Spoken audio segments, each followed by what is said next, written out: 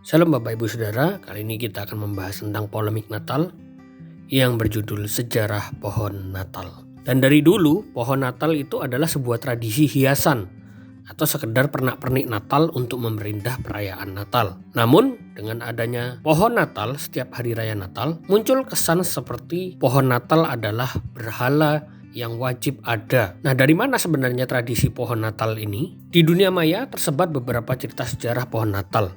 Ada yang mengatakan tradisi pohon Natal berasal dari Jerman, Mesir, Roma, dan lain sebagainya. Dan semuanya itu terjadi pada pertengahan abad ke-16 sampai 19 Masehi atau sekitar tahun 1600 sampai 1900 Masehi. Ada sumber sejarah yang lebih kuno yang menyatakan tentang sejarah pohon Natal. Sumber sejarah ini berasal dari orang-orang Yahudi Mesianik atau orang-orang Israel yang percaya kepada Kristus. Mereka menyatakan bahwa pohon terang bermula dari orang Israel yang percaya kepada Kristus. Sebenarnya tradisi itu adalah tradisi adopsi dari Hari Raya Hanukkah atau Festival of Light atau Hari Raya Lampu yang dirayakan pada tanggal 28 November kemarin sampai 6 Desember. Atau biasanya dikenal dengan Natalnya orang Yahudi. Hari Raya Hanukkah ini dimaksudkan untuk memperingati penyucian Bait Allah yang sebelumnya dinajiskan oleh Antiochos IV Epiphanes yang terjadi pada tahun 1608 sebelum Masehi.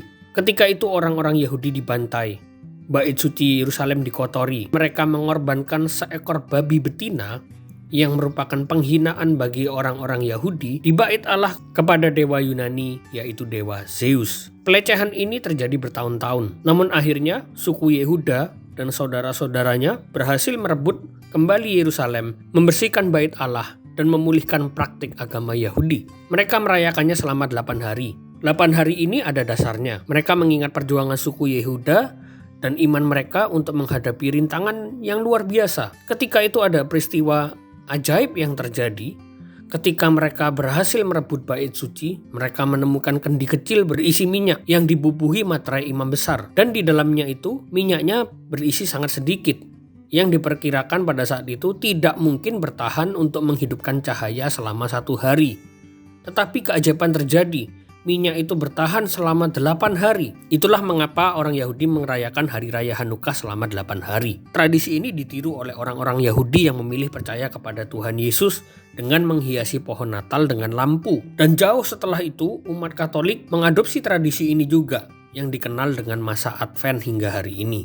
Bagi orang-orang Yahudi Mesianik, tradisi ini tidak hanya menyalakan lampu pohon Natal, tetapi juga ada permainan-permainan untuk anak, tradisi makan makanan yang dibuat dari minyak, tradisi menyanyikan lagu-lagu, dan lain sebagainya. Bagi orang Yahudi Mesianik, Hari Raya Hanukkah ini untuk mengingatkan pembebasan rohani melalui Tuhan Yesus. Mereka percaya bahwa Tuhan Yesus adalah terang dunia, seperti yang tertulis di dalam Injil Yohanes. Tradisi ini juga berarti bahwa Tuhan Yesus akan menjadi pejuang yang akan menghancurkan musuh-musuh dan membawa perdamaian abadi. Nah, bagaimana kita orang percaya zaman sekarang bersikap terhadap pohon Natal?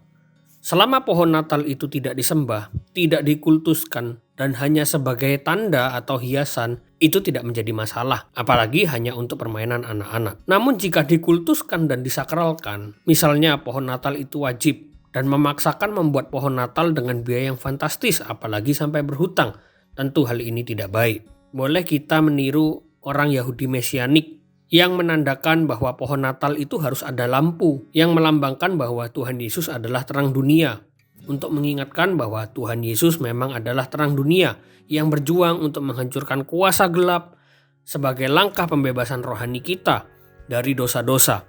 Ada juga yang memaknai pohon itu melambangkan kehidupan kekal dan kesuburan, siklus hidup yang khas dari pohon yang gugur, yang menjatuhkan daunnya di musim gugur dan musim dingin, secara alami mengingatkan siklus hidup umat manusia yang hidup dan mati. Jika untuk peringatan dan memudahkan kita mengingatkan kepada Tuhan Yesus, maka pohon Natal tidak menjadi masalah bagi orang percaya zaman sekarang.